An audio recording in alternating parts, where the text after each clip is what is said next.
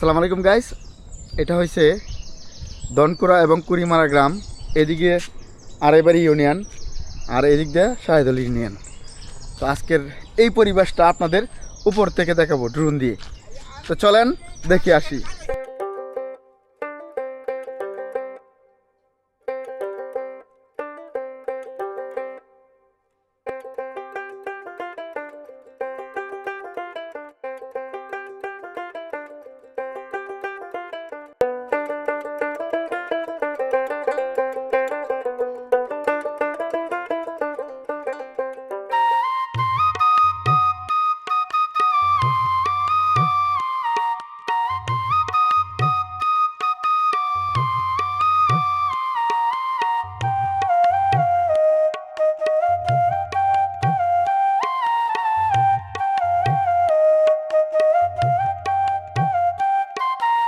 বড় ভাই, আপনাদের গ্রাম নাম কি?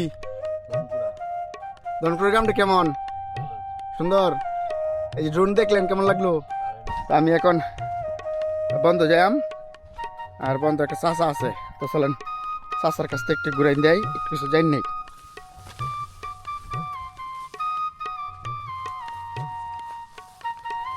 চাচা, আমরা এখন কোন গ্রামের মধ্যে আছি? দনকুরা ধটকুরা। তাহলে আড়াইবাড়িয়া কোন কোন জায়গায়? রাস্তার সেই পাশে হলো আড়াইবাড়িয়া। হ্যাঁ, আর আমি এখানে আছি, এটা হলো আছি কুড়িমারা। কুড়িমারা। আর এই বন্ধের নাম কি? হাঙ্গুলে বন। হাঙ্গুরে বন। আমি এখন বর্তমানে আছি হাঙ্গুরে বন। এটা দেখো হাঙ্গুরে বন, আর এটা শাহেদুল ইউনিয়নে পড়ছে আর কি। আর ওই যে পিছনে যে বনটা, এই বনটা কি? সেই বন হলো দনকুরা। দনকুরা বন। আচ্ছা আচ্ছা, আল্লাহর মতো সব মিলে ভালোই আছেন? ভালোই আছি। তো কি লাগাইতেছেন? 100 আসসালামু আলাইকুম, ভালো আছেন দুজনেই?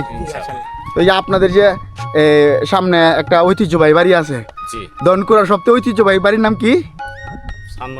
সানমল্লি সাহেবের বাড়ি। তো উনি নাকি অনেক গুণী মানুষ আছেন। তো ওনার বিষয়ে যদি একটু কিছু বলতেন। উনি তো খুবই ভালো লোক ছিল আছে। এবং ওয়াজি ছিল কমিলতি সব অবস্থা ছিল। এবং ওনার কারণে এই গ্রামের মধ্যে অকারেন্স কোনো কিছু হইতো না। ভালো লোক আছে। ওই সামাজিকতা লোক ছিল এবং থানার লাগিল একের লোক ছিল, উনি নাকি আল্লাহ লোক ছিল। আল্লাহ লোক ছিল। তাহলে ওনার মতো লোক আমাদের গ্রামে দরকার, আরো দরকার। যদি হয় তত ভাগ্য।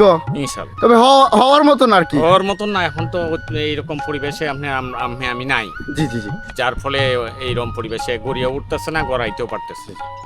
আচ্ছা আচ্ছা, ধন্যবাদ। তো প্রিয় দর্শক, আজকে দনকুরা গ্রাম, কুড়িমারা গ্রাম, পাশাপাশি আড়াইবাড়িয়া শাহেদুল ইউনিয়নের কিছুটা দৃশ্য তুলে ধরলাম। ভালো লাগলে ফলো দিবেন। আসসালামু আলাইকুম, ভালো থাকবেন, আল্লাহ হাফেজ।